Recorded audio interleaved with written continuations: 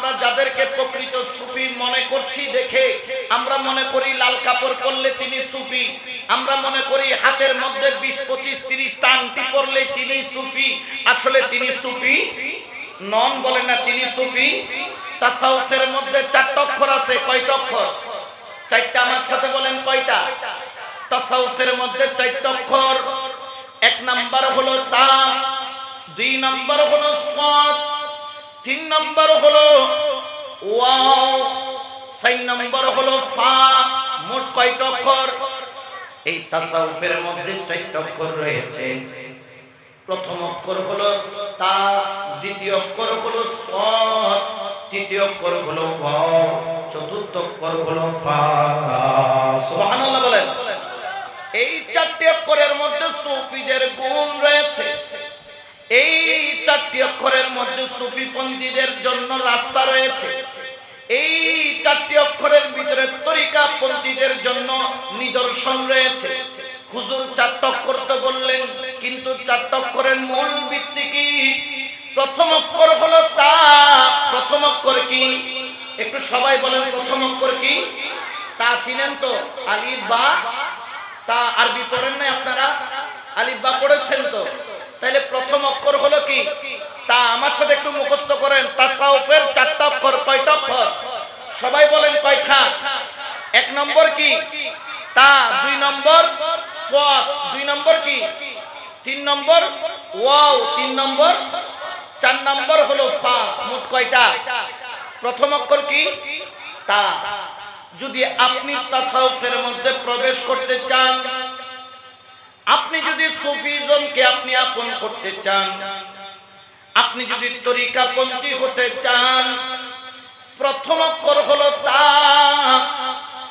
আমার মুফাসসির ইকরামগণ, বড় বড় আল্লাহর ওলিগণ, তারা বলছেন ও জামানার মানুষ, তোমরা যদি তরিকাপন্থী হতে চাও, তাসাউফের প্রথম অক্ষর হলো তা। এই তা দ্বারা তুমি একজন কামেল ওলির দরবারে যাও, তা দ্বারা সর্বপ্রথম তওবা করে নাও। সুবহানাল্লাহ বলেন না? আমরা যখন ওলির দরবারে যাই, প্রথমে আমাদেরকে তওবা করায়, বায়াত করাই, পরে তওবা করায়। আগে বলেন না তওবা করায়? কারণ তাসাউফের মধ্যে প্রথম অক্ষর হলো তা। আর যখন তা দিয়া তওবা করবা, আমার আল্লাহ বলেন জেনে রাখো, গুনাহ তোমার হইতে হইতে হইতে হইতে পাহাড় পরিমাণ যদি হয়ে যায়, আমার আল্লাহর দরবারে যদি তুমি একবার খালিস নিয়তে তওবা করো, তওবা, জেনে রাখো আমার আল্লাহ পাক রব্বুল আলামিন তোমার এই তওবাকে কবুল করে গুনার পাহাড়টারে নেকির পাহাড় বানাইতে পারে কি পারে না? জোরে বলেন না, পারে কি না? তাহলে তাসাউফের মধ্যে প্রবেশ করতে হলে সুফিরা কিন্তু সুফি হয়েছেন পরে, আগে তারা আল্লাহর ওলির দরবারে গিয়েছেন। আপনি ভালো করে খবর নিয়ে দেখেন, ও আমার চরণদ্বীপী, ও আমার হারবাঙ্গিরি, ও আমার আমিরুজ্জামান, তোমরা আল্লাহর ওলি হয়েছো কেমনে? বলে আগে আমরা মুর্শিদের কাছে গিয়ে তওবা করেছি। তওবা। সুবহানাল্লাহ। কামেল ওলির কাছে যাও, তা দ্বারা সর্বপ্রথম তুমি তওবা করো। যদি তুমি তওবা করো, তোমার ভিতরে কলব নামের জায়গাটা পরিষ্কার হয়ে যাবে। সুবহানাল্লাহ বলেন না? আচ্ছা বলেন তো, আমাকে এক কাপ চা দেওয়া হলো, এই কাপটা আমাকে দেওয়ার আগে পরিষ্কার করা হলো, কারণ জানে অপরিষ্কার কাপের ভিতরে চা রাখলে ওই চা খাওয়া যাবে? জোরে বলেন না, যাবে? আপনার বাসায় আপনাকে প্লেটে খাবার দিল, কিন্তু প্লেটের মধ্যে কালো কালো ময়লা লেগে আছে, আপনি খাবারগুলা খাবেন? এই জন্য আমার আল্লাহ বলেন, যদি তুমি তরিকতের মধু পান করতে চাও, যদি তুমি তরিকতের নিয়ামত পান করতে চাও, আগে তোমার ভিতরটা পরিষ্কার করো। পরিষ্কার আমি পরিষ্কার কিভাবে করব? কাপড় ময়লা হলে তুমি পরিষ্কার করো সাবান দিয়ে, লোহার কোন যন্ত্রপাতি ময়লা হলে তুমি পরিষ্কার করো কেরোসিন দিয়ে, এক এক জিনিসের পরিষ্কারের জন্য এক এক সাবজেক্ট রয়েছে। আর যদি তুমি তোমার ভিতরটা পরিষ্কার করতে চাও, কামেল ওলির দরবারে গিয়ে তুমি তওবা করে নাও। সুবহানাল্লাহ বলেন না? তাহলে তওবা করার নির্দেশ দিয়েছেন কে?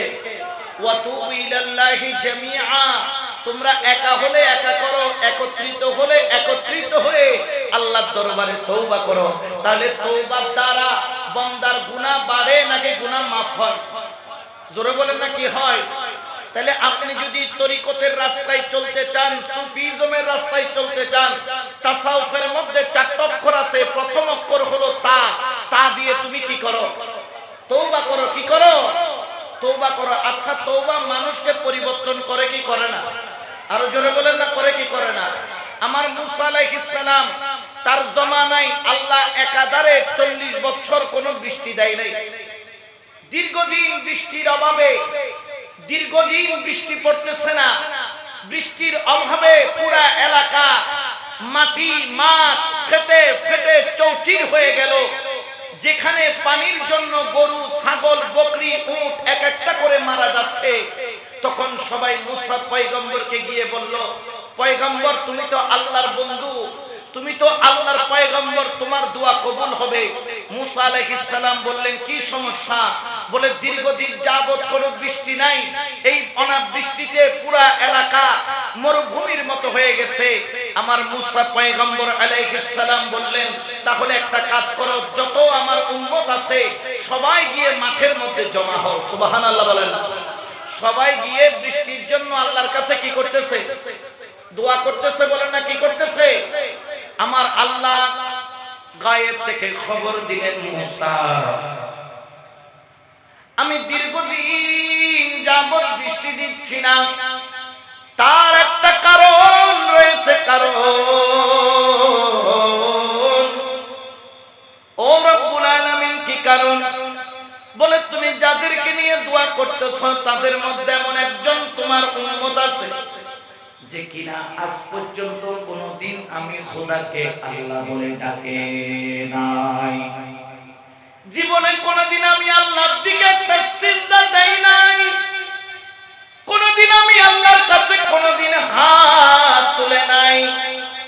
ও মুসা, তুমি তাকে তোমার এই মজলিস থেকে বের করে দাও। যদি সে তোমার মজলিস থেকে বের হয়ে যায়, আমি আল্লাহ ওয়াদা করলাম সাথে সাথে বৃষ্টি নাজিল করে দিব। সুবহানাল্লাহ বলেন না? মুসা আলাইহিস সালাম দাঁড়ায় গিয়ে বললেন, রে আমার উম্মত, তোমাদের মধ্যে এমন কেউ আছে যে জীবনে কোনোদিন আল্লাহরে ডাকে নাই? এমন থাকলে বের হয়ে যাও।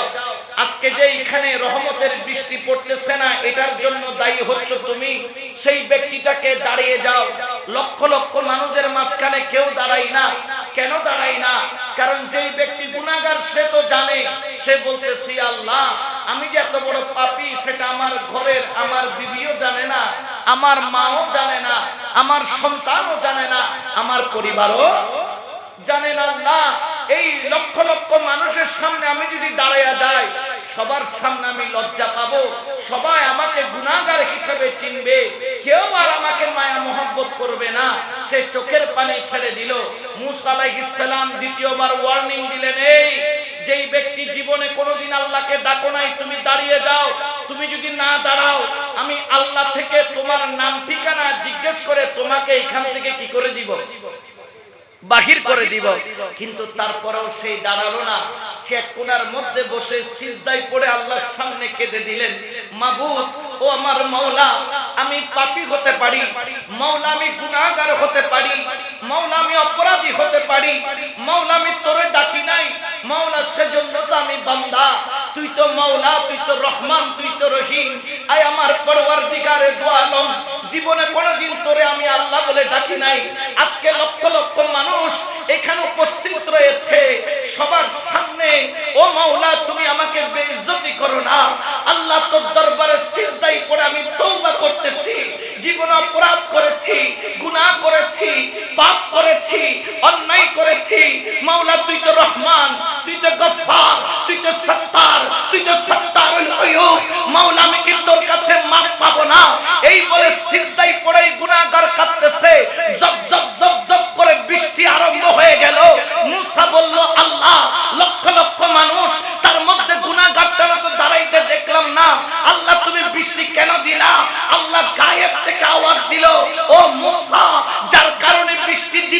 না, তার তওবা আমি আল্লাহর কাছে এত পছন্দ হয়েছে, এতদিন ছিল গুনাহগারের কাতারে, তাকে আমি নিয়ে নিলাম আমার প্রেমিকের কাতারে।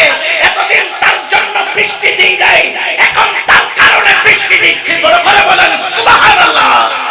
তওবাটা কি ওই আমাদের দেশে লাতা মুরগি আছে না, নবুজো ফাল্লার দেশি কুড়োরে কি হয় দে লাতা কুড়ো গু খাইনি, গু খাই কি করে তওবা খায়, হয় না গুড়ো গুয়াই মারে থরে না হইতে লাগু দে। লাতা কুড়ো গু খাই কি মারে তওবা খায়। আজ জীবন কোনদিন আর রেডাইলে তওবাকারীর সংখ্যা কমনে বেশি, ও নখামাতের ও কমনে বেশি। আমরা আল্লাহর কাছে তওবা করব এমন ভাবে, তওবাতুন নাসুহা, তওবাতুন যেই তওবা কখনো ভঙ্গ হবে না। জোরে বলেন না ভঙ্গ। আল্লাহর কাছে তওবা করলে কি আপনার ইজ্জত কমে যাবে নাকি বুলন্দ হবে?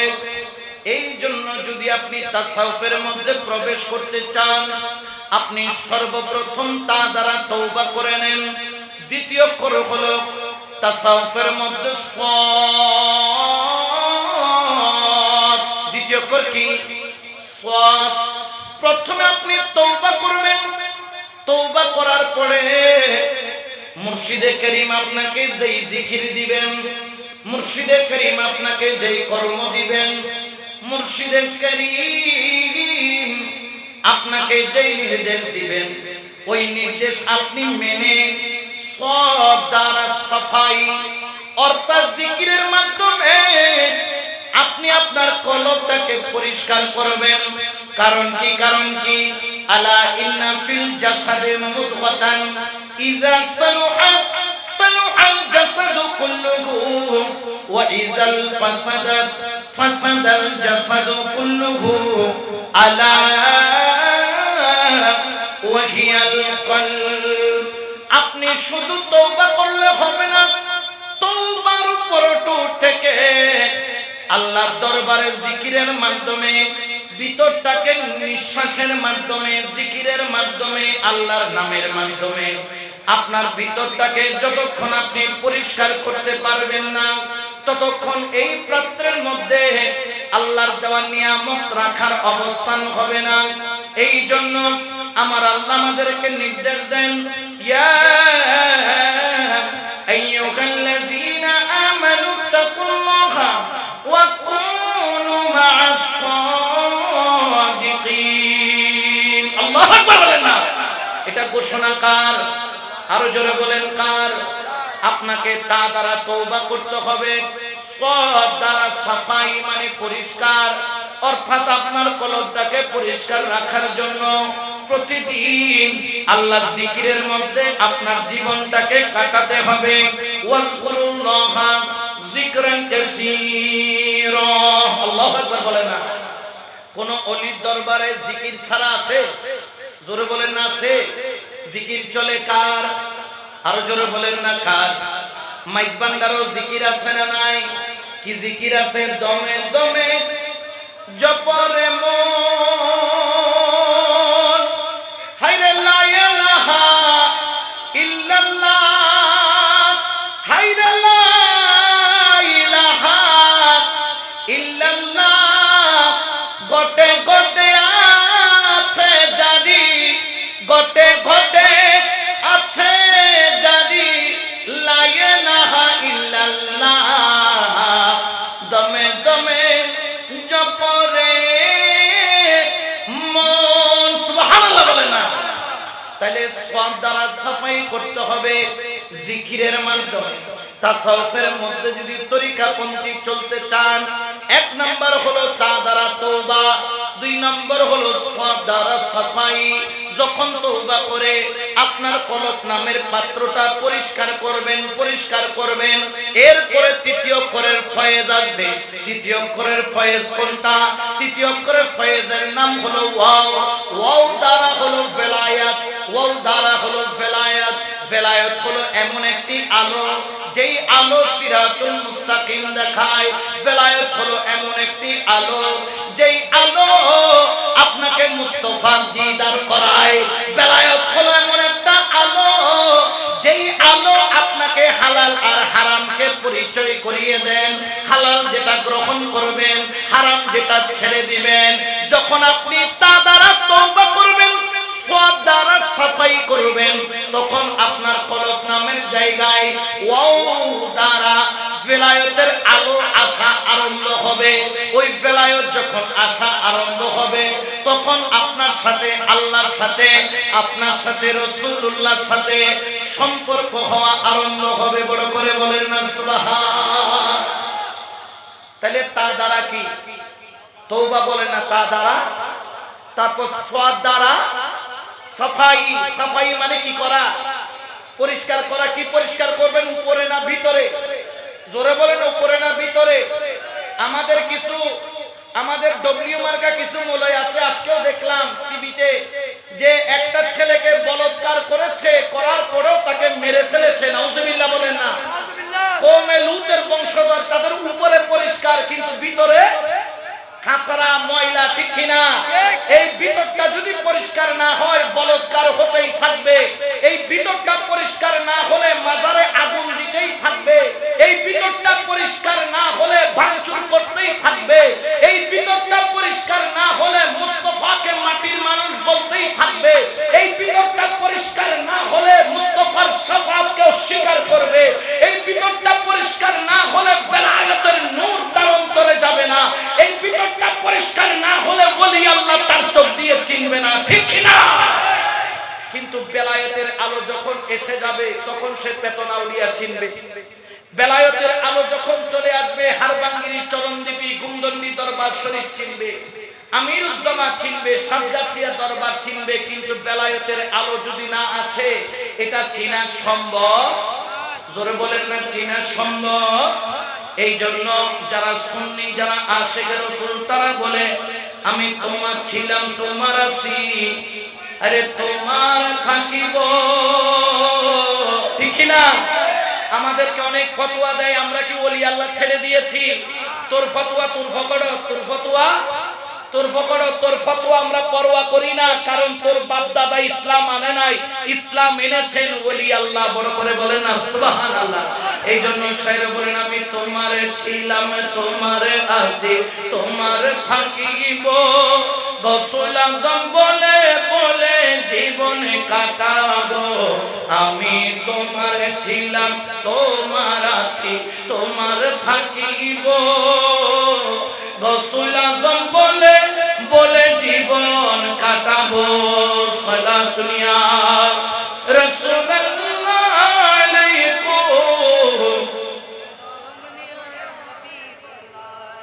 তো কে কি বললো ওটা আমাদের দেখার দরকার। অনেকে মাইজভান্ডারের বিরোধিতা করে। মাইজভান্ডারে কি দিন দিন মানুষ কমে না বাড়ে? আওয়াজ দিয়ে বলেন না, কমে না বাড়ে? আমিরুজ্জামানের বিরোধিতা করে, চরণদ্বীপ দরবারের বিরোধিতা করে, পেতন আউলিয়ার বিরোধিতা করে, হক্কানি ওলির বিরোধিতা করে। বিরোধিতা তোমরা করতে পারবা, কিন্তু মানুষ কমবে না, মানুষ দিন দিন বাড়বে। কারণ ওলি আল্লাহর ঢঙ্কা মোল্লাকে বাজাইতে হয় না, ওলি আল্লাহর ঢঙ্কা বাজায় কে? আরো জোরে বলেন না কে? কারণ তাদেরকে বেলায়েতের ক্ষমতা দান করেছেন কে? এই জন্য আমার আল্লাহ পাক কালামের মধ্যে ঘোষণা করেন, ফাওয়াজাদা আবদান মিন ইবাদিনা আতাইনাহু রাহমাতাম মিন ইনদিনা ওয়া আল্লামনাহু মিন লাদুন্না ইলমা।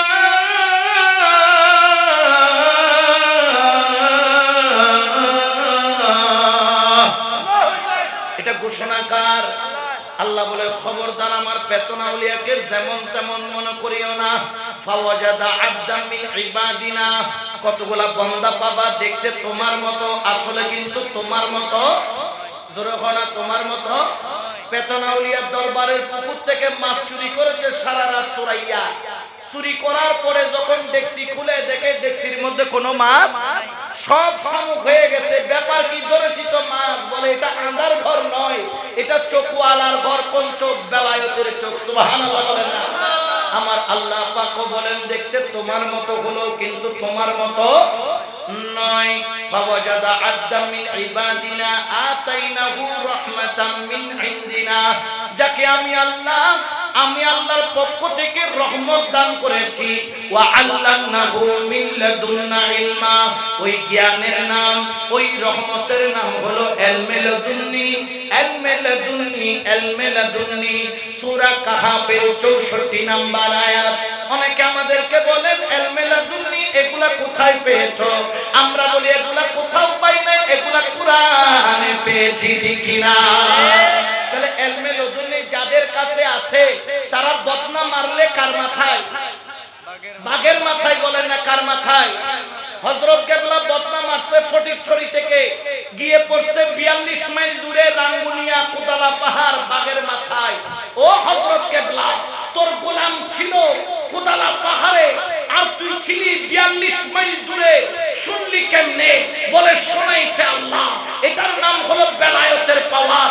কুনতু সামাহুল্লাযী ইয়াসমাউ বিহি, বাসরাহুল্লাযী ইউবসিরু বিহি, ইয়াদাইহুল্লাতী ইউবতিশু বিহা, রিজলাহুল্লাতী ইয়ামশি বিহা। যখন তাসাউফের তৃতীয় অক্ষর, যখন তুমি ওয়াও দ্বারা বেলায়েত আসবে, তখন আল্লাহ বলে বান্দা তোর কান আমি আল্লাহর কুদরতি কানের সাথে কানেকশন হয়ে যায়। তোর চোখ যার সাথে আমি আল্লাহ কুদরতি চোখের কানেকশন হয়ে যায়। তোর হাত যে হাতের সাথে আমি আল্লাহর কুদরতি হাতের কানেকশন হয়ে যায়।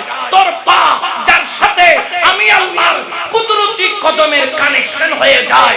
যখন তুই বলিস তোর জবান দিয়ে আমি আল্লাহ বলাই, যখন তুই দেখিস তোর চোখ দিয়ে আমি আল্লাহ দেখাই, বদনা যখন তুই মারিস আমি আল্লাহ বাঘের মাথায় ফেলাই, যখন তুই 70 জায়গায় একসাথে ইফতারের দাওয়াত কবুল করিস আমি আল্লাহ 70 জায়গায় তোরে পাঠাই। এটা বান্দার ক্ষমতা নয়, এটা আমি আল্লাহর দেওয়া ক্ষমতা।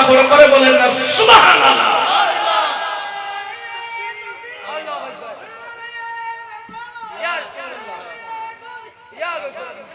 ঠিক কি না? আরো জোরে বলেন না ঠিক কি না? এই জন্য তো দরবারিরাও বলে এই নিদানে তুমি বিনে দোহাই দিব কার, ঠিক কি না? এই নিদানে তুমি বিনে দোহাই দিব কার, আমার গৌসে মাঝে ভান্ডার, জীবনে তোরি কান্না দিয়ে কে গৌসে মাঝে ভান্ডার, বলো জীবনে তোরি কান্না দিয়ে কে গৌসে মাঝে ভান্ডার। ওলি আল্লাহর প্রেমিকরা এখানে আছে, দেখি কারা কারা আছে, হাত তুলে দেখাই তো দেখি। আল্লাহু আকবার, ইয়া রাসূলুল্লাহ, মারহাবা মারহাবা।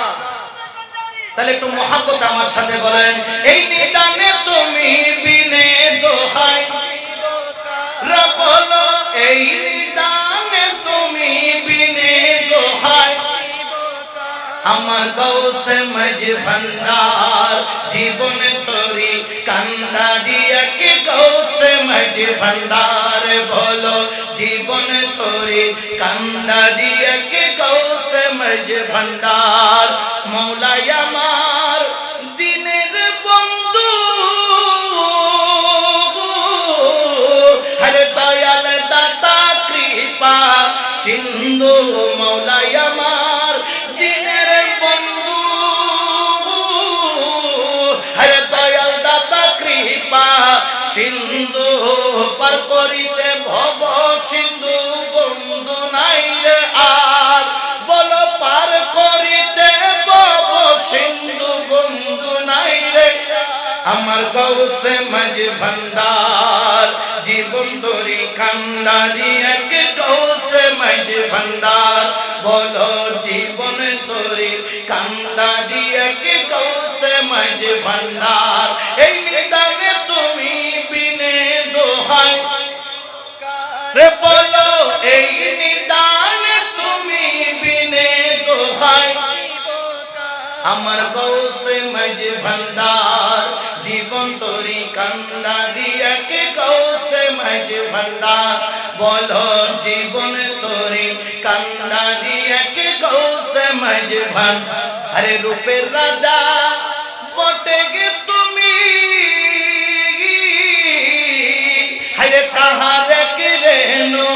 আমি রূপে রাজা বটে তুমি, হরে তাহার কেন আমি তুমি তুমি আমি করো একাকার। ও মুর্শিদ আমি তুমি তুমি আমি করো একাকার। গৌসে মাঝে ভান্ডার জীবন তোরি কান্ডারি এক, গৌসে মাঝে ভান্ডার বলো জীবন তোরি কান্ডারি এক, গৌসে মাঝে ভান্ডার। এই নিদানে তুমি বিনে দোহাই দিব কার, বলো এই নিদানে তুমি বিনে দোহাই দিব কার। আমার গৌসে মাঝে ভান্ডার জীবন তোরি কান্ডারি এক, গৌসে মাঝে ভান্ডার। সালাতুনিয়া রাসূলুল্লাহ।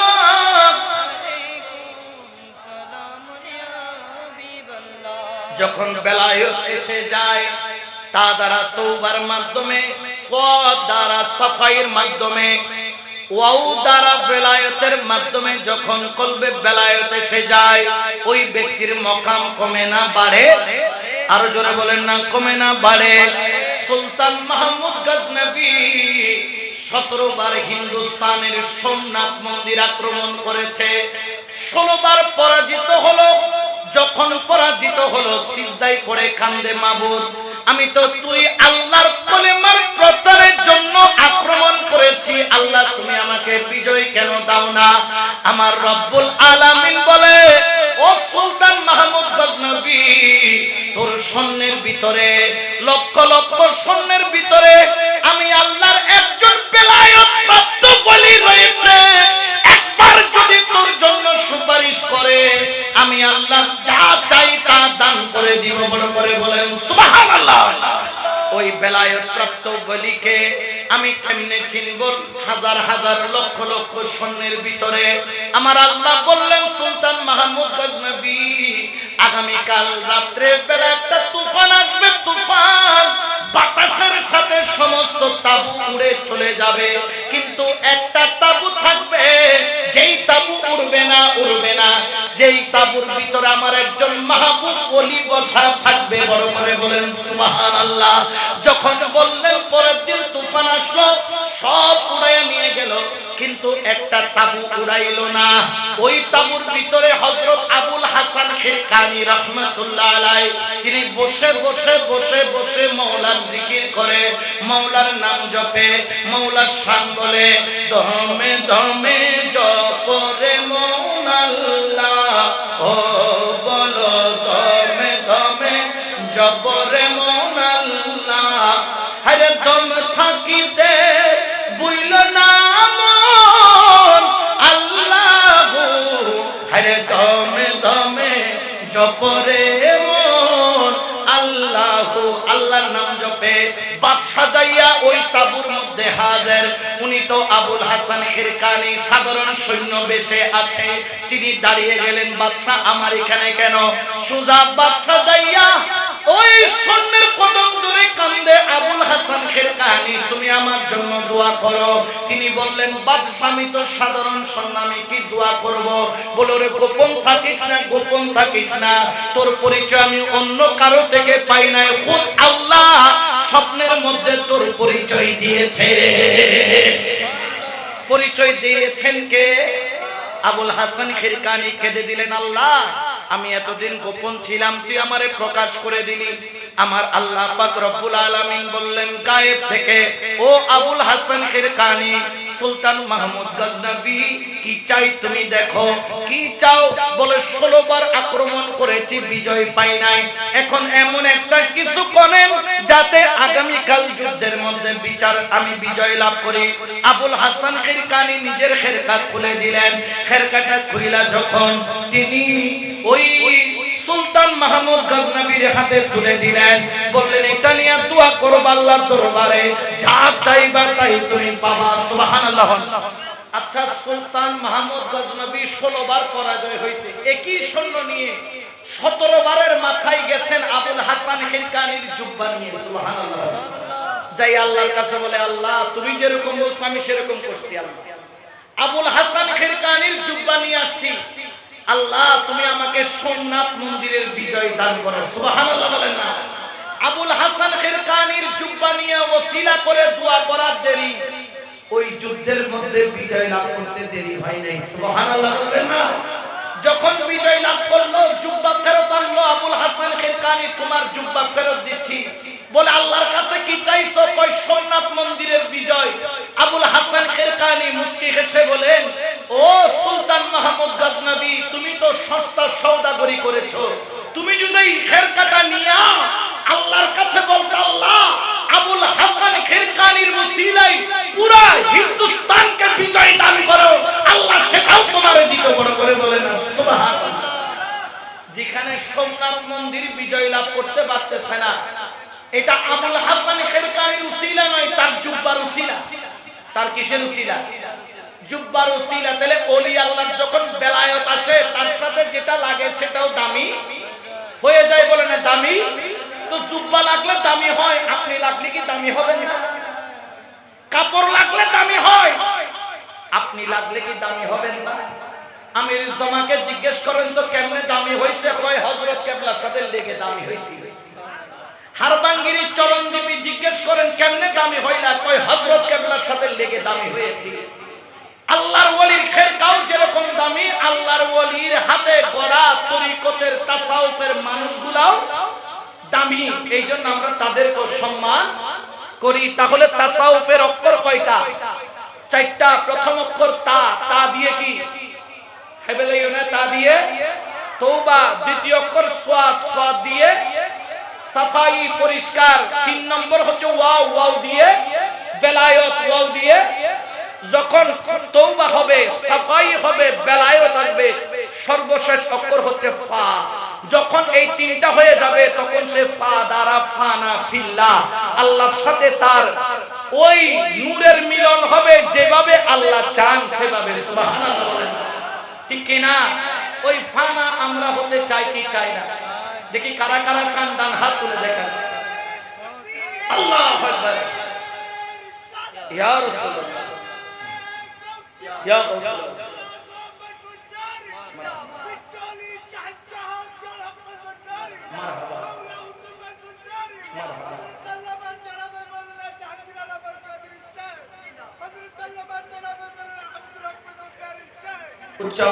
মারহাবা। তাহলে ওই ফানা ফিল্লার জ্ঞান আমরা চাই, তবে এর আগে তিনটা জিনিস লাগবে। এক নাম্বার তা দ্বারা তওবা। তরিকতপন্থীদের জন্য, সুফিদের, আমি পুরা বিষয়টাকে একটাতে নিয়ে আসছি। তা দ্বারা তওবা করতে হবে। তারপর সাদ দ্বারা মুর্শিদের কদমে থেকে লাঠি গুতা মাই খাইয়া খালি মহব্বত ন ইয়া তো আরা তো আসলি বিরিয়ানি না পাইলে তুই চেঞ্জ করে গেলা। এইলা আছে রে নাই? নাই পাল্লা বহুত আছে। কত বাজানোর দরবারে তার যাইতাম না, বিরিয়ানি কিনাও ভাই, বিরিয়ানি না ভাই দেন, বিরিয়ানির গুস্ত না ভাই দেয়। এলে হয়তো কতদিন আছে রে নাই? খবরদার, খবরদার। তা দ্বারা তওবা, সাদ দ্বারা সাফাই, কাম, ক্রোধ, লোভ, মোহ, মদ, মাৎসর্য, ষটরিপুকে একদম সাফাই করে ফেলতে হবে। যখন সাফাই করবেন তখন বেলায়েত আসবে। যখন বেলায়েতের নূর আসবে তখন আপনার অন্তরের চক্ষু খুলে যাবে। যখন অন্তরের চক্ষু খুলে যাবে তখন আল্লাহর সাথে আপনি ফানাইয়তের দরজায় যাবে। উচ্চ আওয়াজে বলেন সুবহানাল্লাহ। তাহলে ওই জ্ঞান আমাদের দরকার আছে না নাই? আরো জোরে বলেন না, আছে না নাই? এই জন্য জ্ঞান যদি আপনি অর্জন করতে চান, আপনাকে খেয়াল রাখতে হবে, আপনাকে ওই জ্ঞান অর্জন করার জন্য সর্বপ্রথম একজন কামেল মুর্শিদ, কামেল ওলির সোহবত দরকার, আছে না নাই? এই জন্য শেষ করার আগে আমার আব্বা হুজুর কিবলার, বাবাজান কিবলার লেখা একটা কালাম দিয়ে শেষ করব। আরে খোদা পাইবার আশা যার, আইরে নবী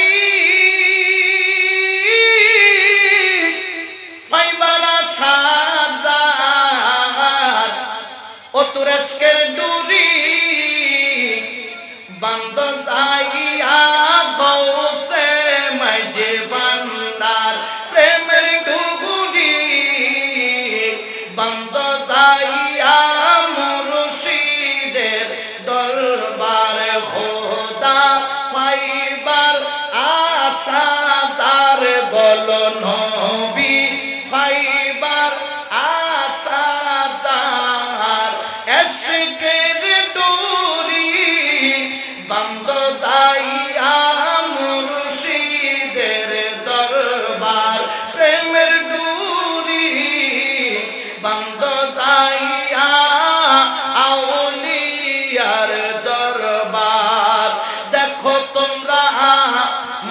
ভান্ডারে যায়, হাইরে মাঝ ভান্ডারে যায়, নৈরূপের কাদের গনি বসে প্রেমে খেলায়।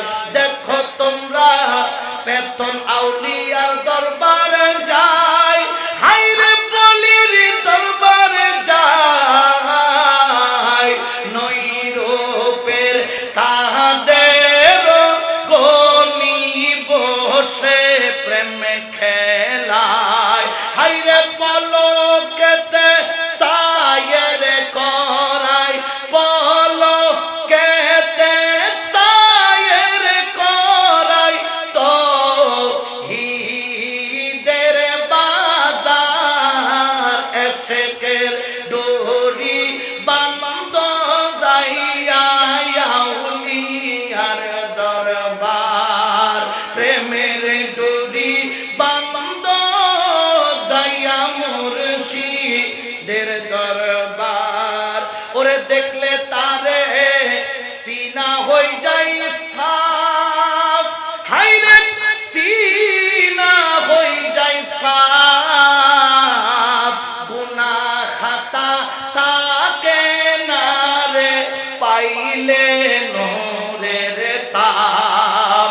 ও দেখলে তারে, ওরে দেখলে তারে সিনা হই যাই সাফ, হাইরে সিনা হই যাই সাফ, গুনাহ খাতা থাকে না রে পাইলে নূরের তাপ। ফুটে ওঠে এশকেরি ভাব, ফুটে উঠে এশকেরি ভাব, রুহানি হয় পরিষ্কার, এশকের ডোরি বান্ধ যাইয়া গৌসে মাঝ ভান্ডার।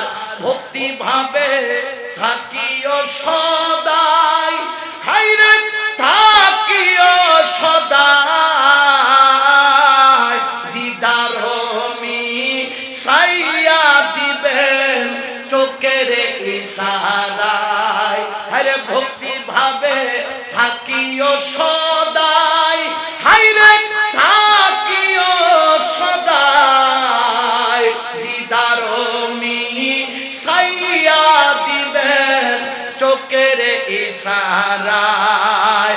এলমে বাতন খুলিয়া যায়, এলমে লাদুন খুলিয়া যায়, দেখবি রে তুই এক আকার, এশকের ডোরি বান্ধ যাইয়া মুর্শিদের দরবার। হাসেম বলে ওরে মুর্শিদ মিনতি করি, হাইরে মিনতি করি, প্রেম দানে চরণ তলে নিয় একে করি। ওরে অধম বলি হাসেম জানো মিনতি করি, হাইরে মিনতি করি, প্রেম দানে চরণ তলে নিয় একে করি। আমি তোমার হও আমারি, আমি তোমার তুমি হও আমারি, দয়া যদি হয় তোমার এশকের ডোরি বান্ধ যাইয়া গৌসে মাঝ ভান্ডার।